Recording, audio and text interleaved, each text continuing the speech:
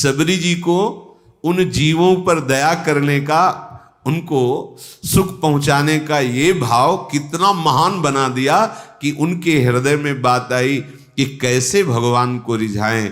तो अंदर से आया कि संतों की सेवा से भगवान रिझते हैं।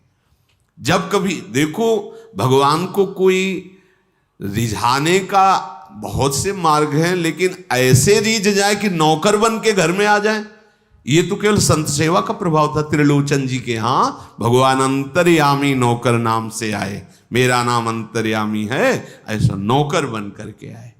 जगह जगह संत, अगर हमारे हृदय में एक बात बैठ जाए कि भगवान रीझ जाते हैं, तो सामने वास्तविक वो कुछ भी हमसे मतलब नहीं, उसके हृदय में तो भगवान है ना। हमें जो सेवा मिली, सेवा किया, बिल्कुल दोष नहीं किया और बाहर हो गए, तो वो सेवा में भगवत प्राप्ति करा देगी। हमको अंदर बैठे हुए भगवान, मंदिर कैसा बना है, कैसा ये सब, हाँ इस मंदिर में भगवान बैठे, इसलिए प्रथम सीढ़ी में हम दंडवत शुरू कर देते हैं। जब मंदिर, ऐसी भावना हम करें। जब हमें किसी की सेवा करनी, पशु पक्षी मनुष्य किसी की भी, या संत सेवा, तो हमको केवल एक बात ध्यान रखनी, इसके हृदय में भगवान बैठे, बस। हमको उसके गुण दोष कुछ नहीं देखने, सेवा की और उसका दिव्य फल हमको प्राप्त होगा। सबरी जी ऐसे संत सेवा करने लगी। अब मन में उनके बहुत दैन्यता थी कि अगर किसी की दृष्टि पड़ गई तब तो उनको बड़ा दुख होगा कि अधम, और ऐसा उसके हाथ की लकड़ी बीनी हुई है। बहुत उनके हृदय में ये बड़ी कृपा, ये जो अहंकार भरा होता है, मैं अमुक श्रेष्ठ कुल का, मैं ये मैं भगवान को पसंद नहीं है। जिसके हृदय में सहज दैन्यता है, यही दरबार दीन को आदर, रीति सजा चली आई। अपने शरीर को अत्यंत हेय मानकर, ये छूने योग्य भी नहीं है। मतंग जी ने विचार किया कि ये कौन है जो आकर के हमारे चोरी कर रहा है। चोरी का तात्पर्य होता है भजन चुराना। ये आप साधारण न समझे, जैसे संत सेवा आप दो फूल भी ऐसे डाले ना, ये फ्री नहीं, इसका हिसाब होता है। आप ऐसे किए ना, इसका भी हिसाब है, बहुत हिसाब है। किसके लिए कर रहे हो, किस निमित्त से कर रहे हो, वो सर्वदर्शी प्रभु देख रहा है।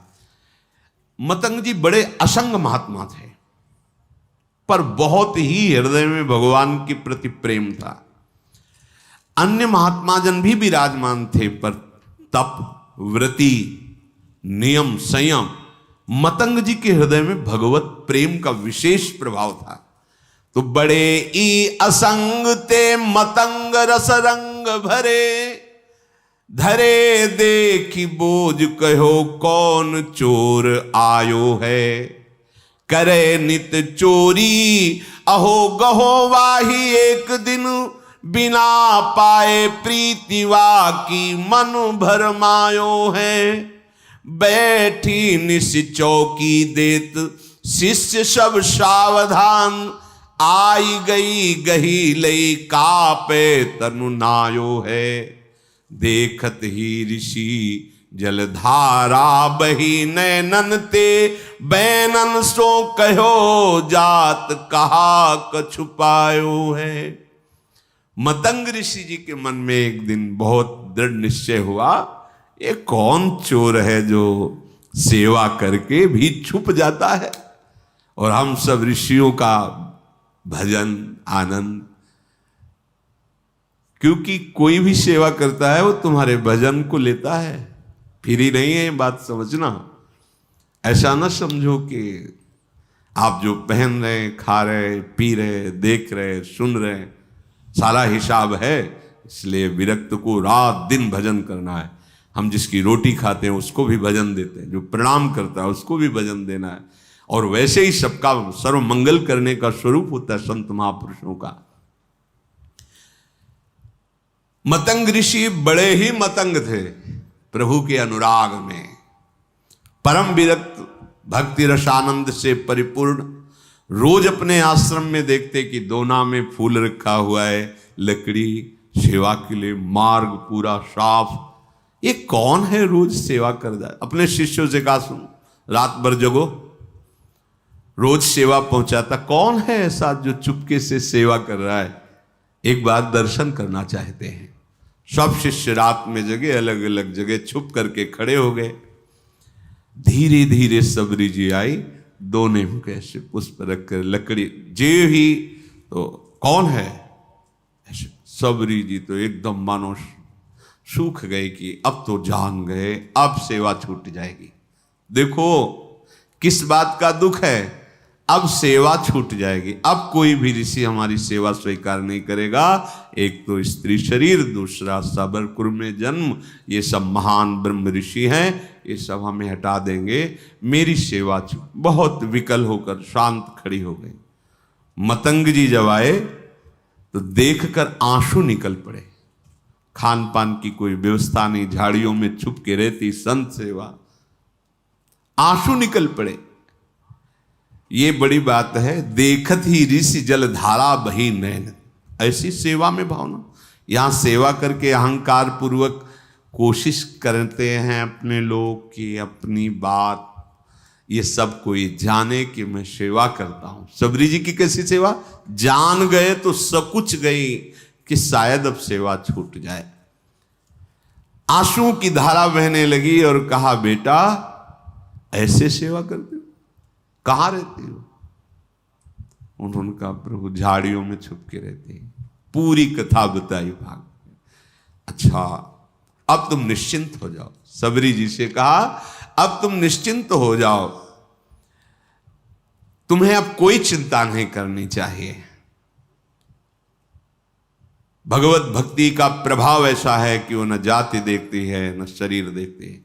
तुम स्त्री शरीर हो कि पुरुष शरीर हो, किस जाति को किस कुल के हो, ये भक्ति महारानी जिसके हृदय में आ जाती है, भगवान उसके अधीन हो जाते हैं। सबरी जी को मतंग ऋषि ने ऐसे वचन के द्वारा साहस बना और शिष्यों से कहा कि तुम जानते हो ये कितनी पवित्र है। ओहो बहुत बड़ी बात। भक्ति को प्रताप ऋषि जानत, निपटनी के केऊ कोटि विप्रताई आपे वार डारिये। मतंग जी ने कहा कि आज के बाद तुम्हें छुप के रहने की जरूरत नहीं। आश्रम में ही एक पर्णकुटी सबरी, इसमें तुम विराजमान हो। और कहा कि आज तुम्हें हम मंत्र दीक्षा और नाम दीक्षा दोनों प्रदान करेंगे। मांगा नहीं, सच्चे शिष्य को मांगने की जरूरत नहीं होती, अपने आप गुरु विधान कर देते हैं। देखो वास करो इस कुटिया पे और तुम्हें आज मैं मंत्र दीक्षा और नाम भी दिया, मंत्र भी प्रदान किया।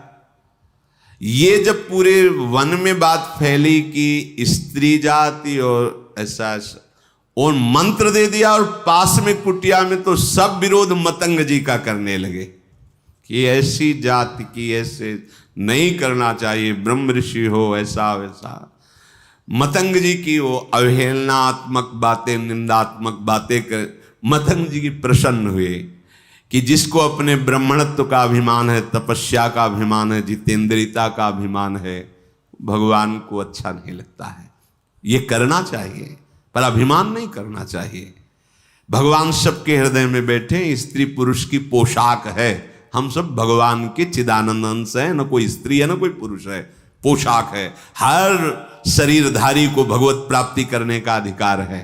ये कि केवल स्कूल वाला ही भगवत प्राप्ति कर या ये पुरुष ही ऐसा नहीं, कोई भी सबका अधिकार है भगवत प्राप्ति करने का। दिनों दिन शबरी का अनुराग गुरुदेव के चरणों में बढ़ रहा, क्योंकि कोई ने आश्रय नहीं दिया, कहीं कोई आश्रय देने वाला नहीं, सब जगह दूर दूर। गुरुदेव ने नाम मंत्र, तो गुरुदेव के चरणों में अपार प्रेम शबरी जी का। एक दिन आकाशवाणी हुई मतंग जी के लिए कि आपने जो शबरी को स्वीकार किया, इससे भगवान बहुत प्रसन्न हुए हैं। भगवान की प्रसन्नता का हेतु है कि अभी विमान आने वाला है और आप सीधे भगवान के धाम को जाएंगे। उसी समय विमान उतरा। मतंग ऋषि भगवान के धाम जाने को उत्सुक है, भगवान का साक्षात्कार होगा, भगवान के समीप रहने को मिलेगा। सबरी जी रो पड़ी, गुरुदेव आपकी सिवा तो इस वन में कोई मुझे नहीं चाहता, अगर आप चले गए तो भगवान हमारे तो प्राण ही चले गए। तो जो गुरुदेव ने बात कही बहुत जोर, गुरुदेव ने कहा आज तक मैंने तपस्या और मंत्र जाप, संयम नियम साधना, उन सब के प्रभाव से भगवान के धाम की प्राप्ति का अवसर है, लेकिन वो स्वयं धामी चलकर तुम्हारे यहां आएगा और तुम्हें दर्शन देगा। तुम चिंता मत करो बेटा, हम तो जा रहे हैं चलकर भगवान के धाम, लेकिन स्वयं धामी आएगा और यहां तुम्हें दर्शन देगा, निश्चिंत होकर के रहो। गुरुजी विमान पर बैठकर परम धाम गए, पर गुरु का वियोग असहनीय। कोई बड़े भाग्यशाली होते हैं जिनको संत या गुरुदेव से प्रेम होता है। कौन प्रेम करता है? स्वार्थ का बावरा मन, ये तो भोगी पुरुषों से प्रेम करता है। योगी या संत महात्माओं से, गुरुजनों, कोई गुरु प्रेमी बिरला ही कोई होता है, बिरला है। गुरु को वियोग हिए दारुण ले शोक दियो, जियो नहीं जात तो राम आस लागी है। ऐसा गुरुदेव का वियोग कि अब जिया नहीं जा रहा। पर सबरी प्राण इसलिए नहीं त्याग रहे कि गुरुदेव ने कहा है भगवान स्वयं आएंगे और दर्शन देंगे, बस इस आशा से जीवन रख रहे हैं। अब इतनी शिथिलता थी कि जो नित्य सेवा वो छोड़ नहीं सकती थी। वियोग में शिथिलता के कारण जब ऋषि स्नान करने जा रहे थे उसी समय वो सोहनी लगा रही थी।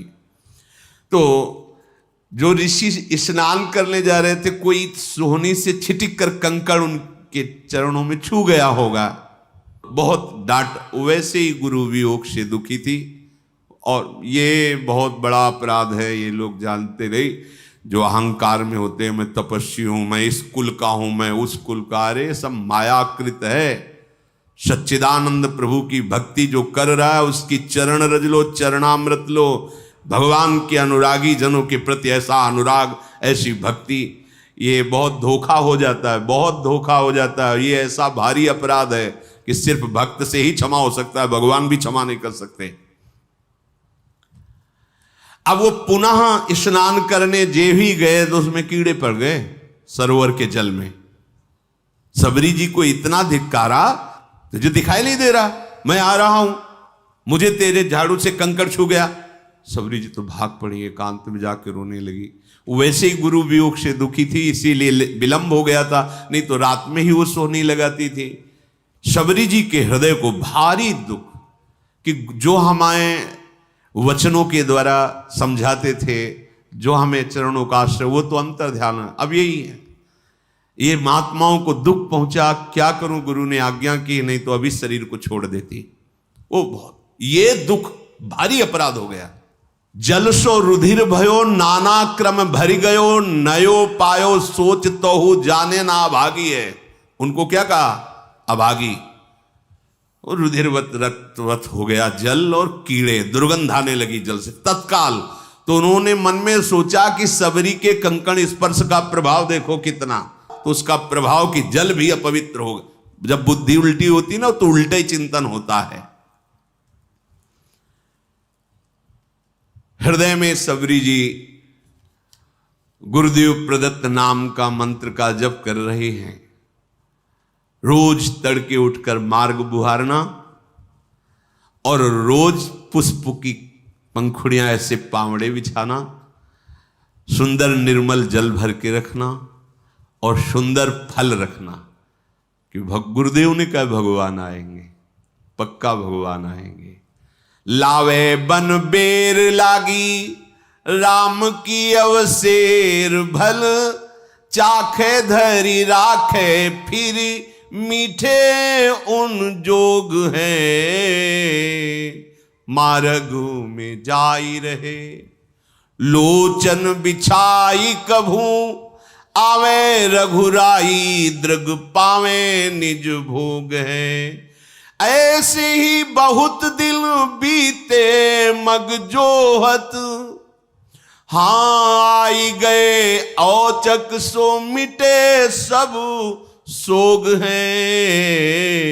ए पे तनु नून ताई आई सुधि छिपी जाए, पूछे आप सबरी कहाँ ठाढ़े सब लोग हैं।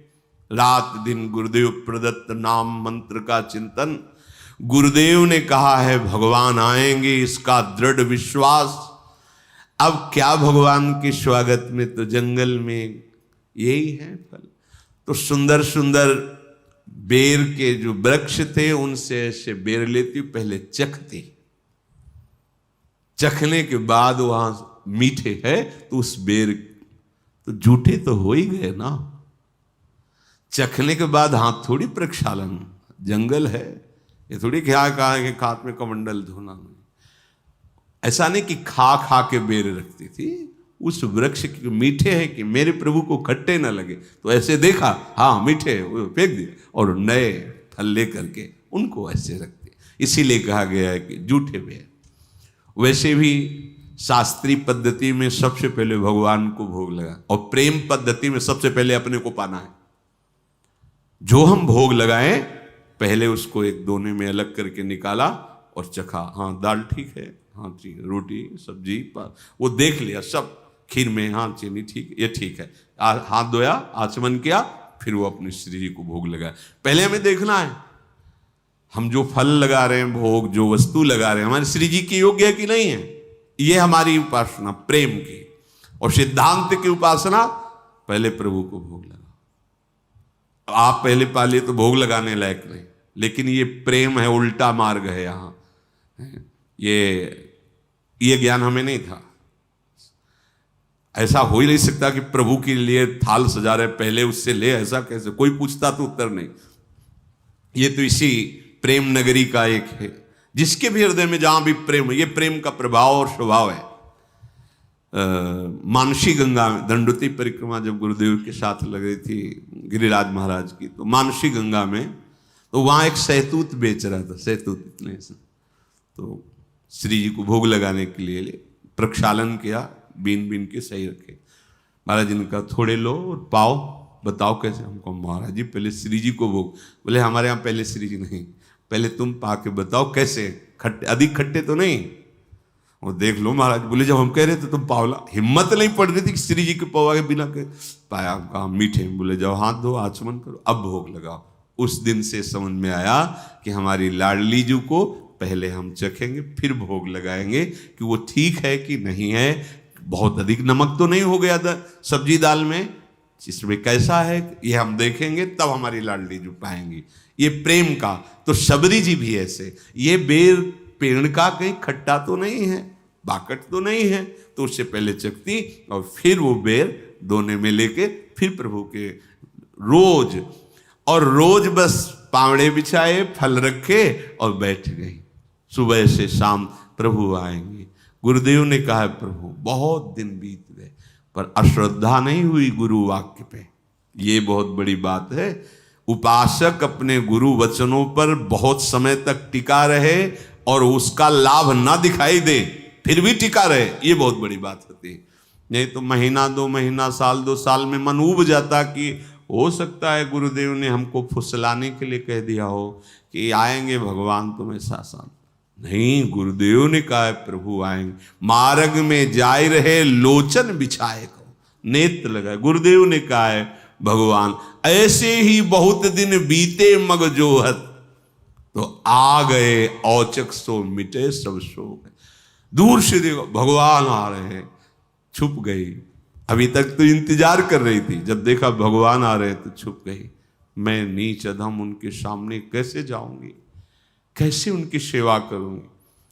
जो ऋषि कुछ दैन्य थे जिनको सबरी जी की भक्ति प्रिय लगती थी, उनसे भगवान पूछ लिए कि सबरी माता का आश्रम कहाँ है सबरी माता। इतना पूछ के निहाल कर दिया, गए किसी के आश्रम नहीं।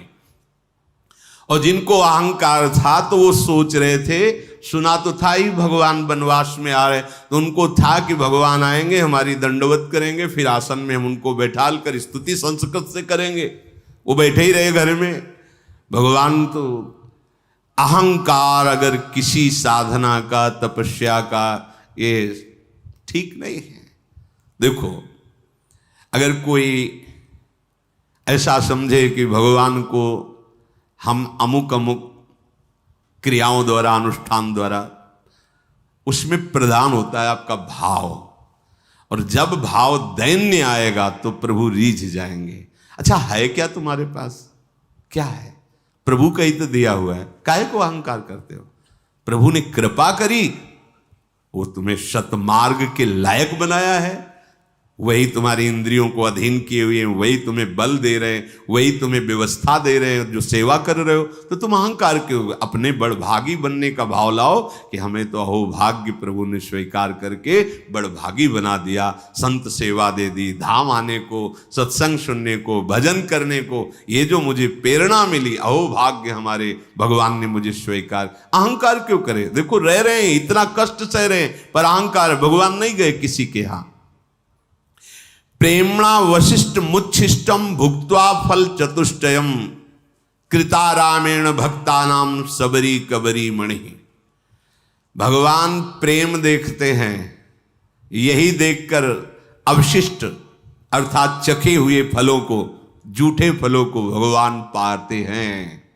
ये बड़ा प्रमाण सहित इसमें दिया है कि फलमूलम समादाय परीक्षे परिभक्ष पश्चान निवेदयामास राघवाय महात्मने। चख करके उसकी परीक्षा करके फिर दोने पे रखती थी, और राघव अर्थात भगवान श्री राम बड़े स्वाद बखान करके सबरी के वो जूठे फल खाए। देखो, इस पर प्रेमणा वशिष्ठ मुच्छिष्टम, उच्छिष्ट भुक्त्वा फल चतुष्टयम कृतारामेण भक्तानाम सबरी कबरी मणि। पद्म पुराण में ये वर्णन किया गया। भगवान पूछ लेते, सबरी मां किधर है, कहां विराजमान है? वो अपने को निहाल मानते, जिनसे भगवान पूछ लेते। पथिकन ते पूछत सप्रेम प्रभु पेखी पेखी, सबरी हमारी प्यारी बसे के ही ठोर है।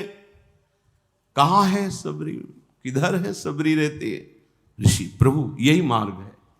ये जो पावड़े बिछे हैं सबरी जी ने बिछा, आगे जो मतंग ऋषि का आश्रम, वहां सबरी जी विराजती है। तो भगवान कहते, कौन घरी ऐ है जामे नैनन निहारी हो मैं, खे हो फल सुधा स्वाद सरिस अथोर है। रघुराज जय छिन बिलोकिना, बिलोचन सो बीतत पलक सम कल्प करोर है। जैसे सबरी जी के लिए एक पल समय करोड़ों कल्प के समान व्यतीत हो रहा है, ऐसे राम जी के लिए किधर है? मैं अपने कब भर नेत्र सबरी जी के दर्शन करूं? उधर सबरी जी जो सो, वही भगवान सो। पूछी पूछी आए तहां सबरी स्थान, जहां कहां वो भागवती देखो दृग प्यासे हैं।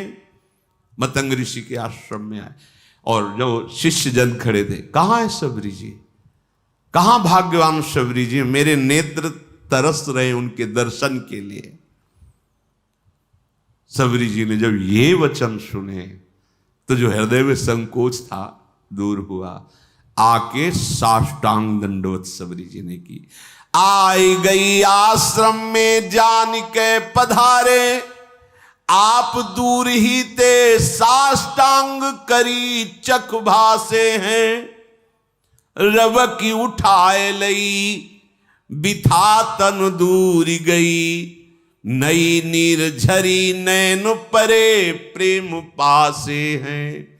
बैठे सुख पाई फल खाई के सराहें, अंगूर नहीं है बेर है। बैठे सुख पाई फल खाई के सराहे, वे कहो कहा कहो मेरे मग दुख नासे हैं। कहाँ है सबरी जी? मेरे नेत्र उनके दर्शन के लिए प्यासे हैं।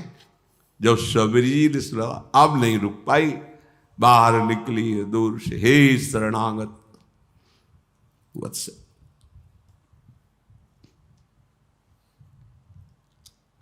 दूर से देखा प्रभु साष्टांग शबरी प्रणाम कर रहे, दौड़ पड़े। रघुनाथ जी ने जैसे माता को हृदय से लगाया जाता है, ऐसे शबरी मां को अपने नेत्रों से, अश्रु से शबरी को, हमारे भगवान का स्वभाव जो जान गया, तो भगवान शिव कहते हैं, उमा राम स्वभाव जही जाना, ताय भजन तज भावना।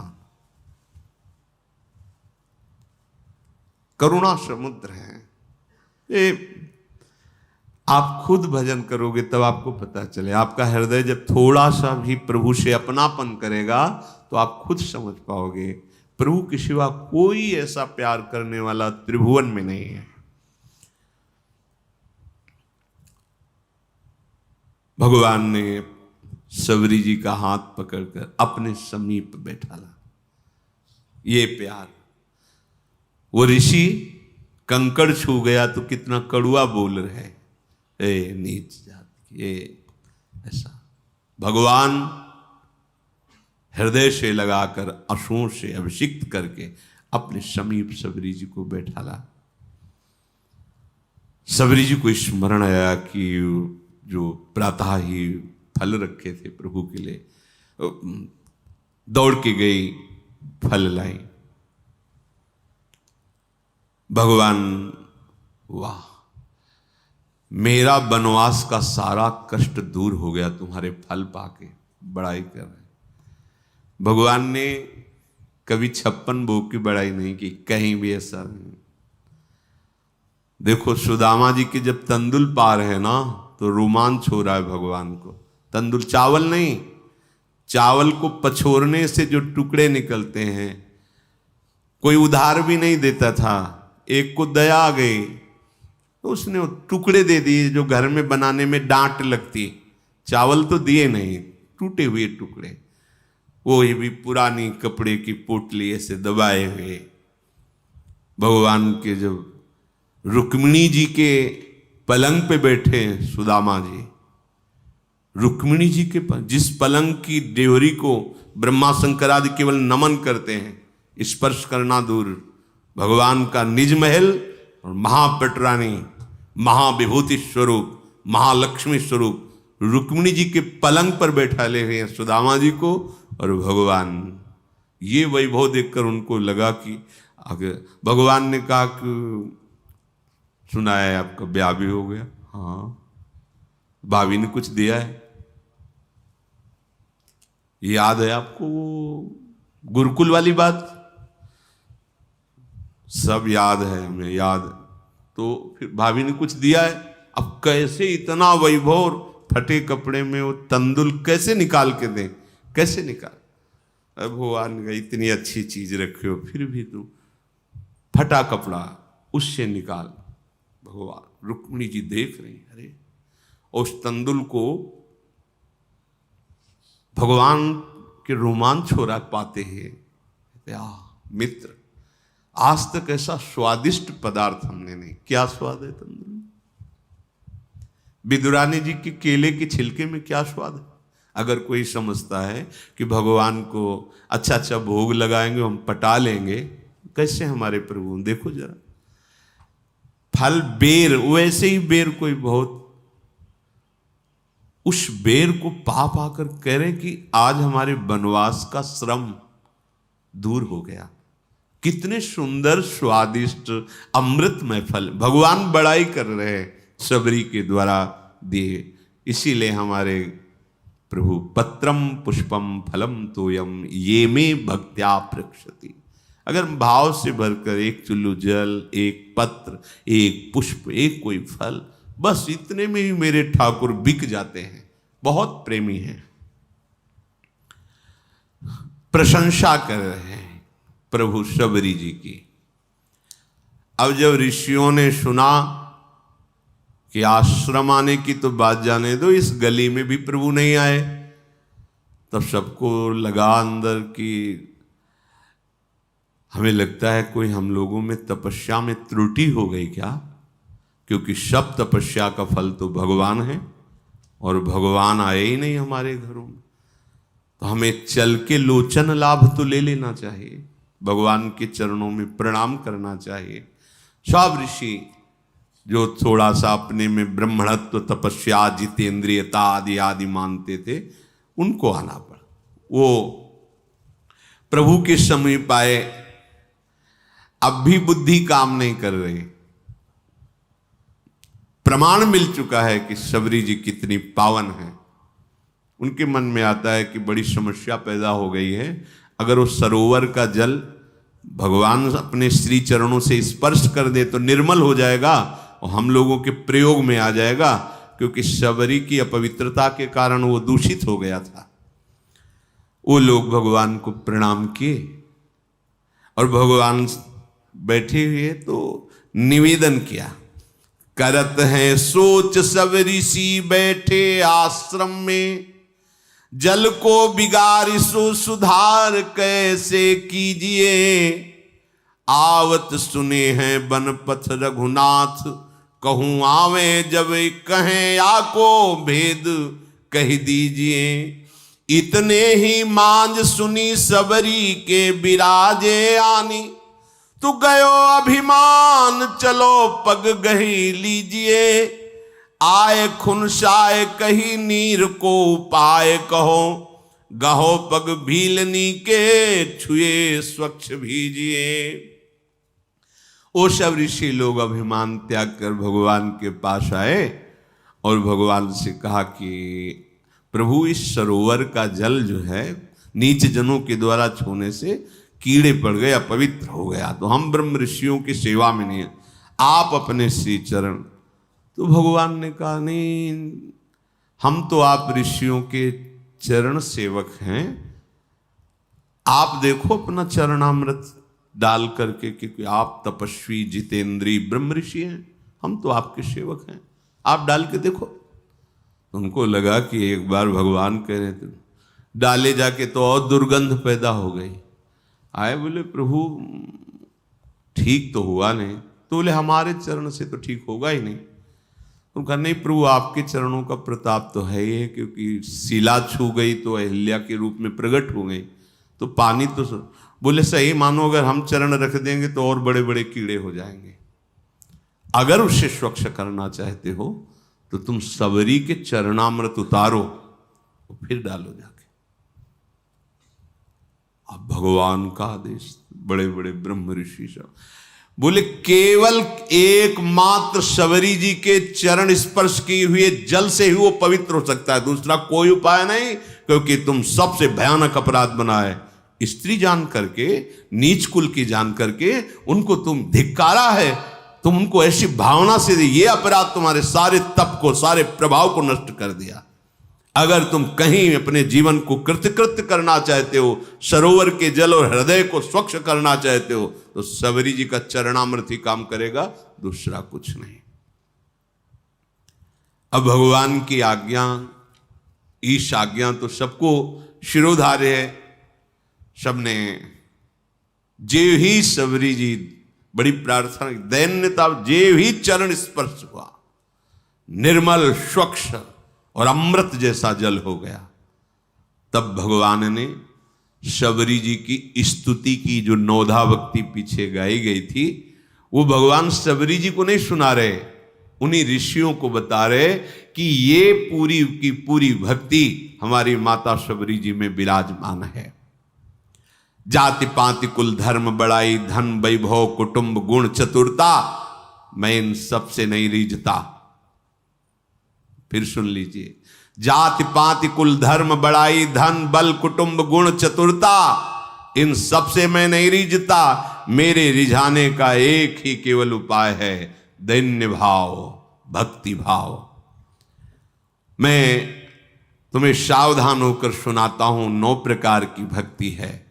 पहली भक्ति है संतों का संग करना, दूसरी भक्ति है मेरी लीला कथा प्रसंग सुनने में रुचि होना, तीसरी भक्ति है अभिमान रहित होकर गुरु के चरण कमलों की सेवा करना, चौथी भक्ति है कपट का त्याग करके मेरे गुणों का गान करना, मेरे मंत्र का जाप और दृढ़ विश्वास मुझ पर हो जाना, ये पांचवी भक्ति है।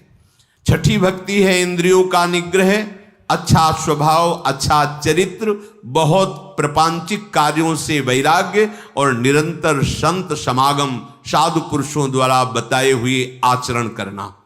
सातवीं भक्ति है जगत भर में भगवत भाव रखना, सब में प्रभु विराजमान है और संतों को मुझसे भी अधिक करके मानना। आठवीं भक्ति है जो मिल जाए उसी में संतोष करना, स्वप्न में भी कभी पराये दोष दर्शन ना करना। नवीं भक्ति है सबके साथ सरलता का कपट रहित बर्ताव करना, हृदय में मेरा दृढ़ भरोसा रखना, हर्ष और दैन्य का न होना। दैन्य मैं बहुत गरीब हूं, ये नहीं, ये दैन्यता भागवतिक दैन्यता है। लेकिन भक्त कभी गरीब नहीं होता, उसके पास परम धन भगवान का नाम होता है। विषयों की अभाव की दरिद्रता वाली दैन्यता भक्त में नहीं होती। इन 9 में से एक भी भक्ति, चाहे वो स्त्री हो चाहे पुरुष हो, कोई भी हो, वो मुझे अत्यंत प्रिय है। फिर हे शबरी जी, आप में तो 9 भक्ति विराजमान है, जो गति योगियों के लिए भी दुर्लभ है। आज मेरे सामने ही तुम्हें वो दुर्लभ गति प्राप्त होगी। मेरे दर्शन का फल है जीव अपने ब्रह्म स्वरूप को प्राप्त हो जाता है। मम दर्शन फल परम अनुपा, जीव पाओ निज सहज स्वरूपा। फिर कहा कि शबरी जी आप यहां विराजमान, कहीं जानकी जी को यहां से जाते हुए ऊपर से कोई तुम्हें ऐसा कुछ खबर है क्या? शबरी जी ने कहा प्रभु, पास में एक पंपा नामक सरोवर है, वहीं सुग्रीव हैं, आप वहां जब जाएंगे तो उनसे मित्रता कीजिएगा, वो सब आपको सूचना दे देंगे। हे नाथ, आप कुछ देर रुको। और शबरी ने एकदम एकाग्रता की और उनके शरीर में योगाग्नि प्रकट हो गई। भगवान के सामने ही पांच भौतिक शरीर का लय करके भगवत धाम को गई। जातिहीन अग जन्म मही, मुक्त कीन असनारी, महामंद मन सुख चाहसी, ऐसे प्रभु ही विसारी। देखो, स्त्री शरीर है, लोक में अधम कुल है, फिर भी भगवान की भक्ति से ऐसी दुर्लभ गति प्राप्त हुई जो योगी जन वांछना करते हैं, आकांक्षा करते हैं। ऐ दुर्बुद्धि मन, तू ऐसे प्रभु का भजन छोड़ करके और किसी विधान से सुख चाहता है, अर्थात तुझे कभी सुख नहीं मिल सकता। अगर भजन करोगे, नाम जप करोगे, भगवान के चरित्र सुनोगे, आचरण पवित्र रखोगे, तो माना कि दुख का, विपत्ति का प्रभाव आएगा, पर तुम्हें परास्त नहीं कर पाएगा। परम सुख की प्राप्ति अंत समय तक निश्चित हो जाएगी। इसलिए जैसे बने, मन लगे ना लगे, भाव बने ना बने, सत्य है असत्य है, तुम सब छोड़ो, एक बार कहा मान लो और प्रभु का नाम निरंतर जपने की चेष्टा करो, तुम सुखी हो जाओगे। श्री राधा वल्लभ लाल की जय।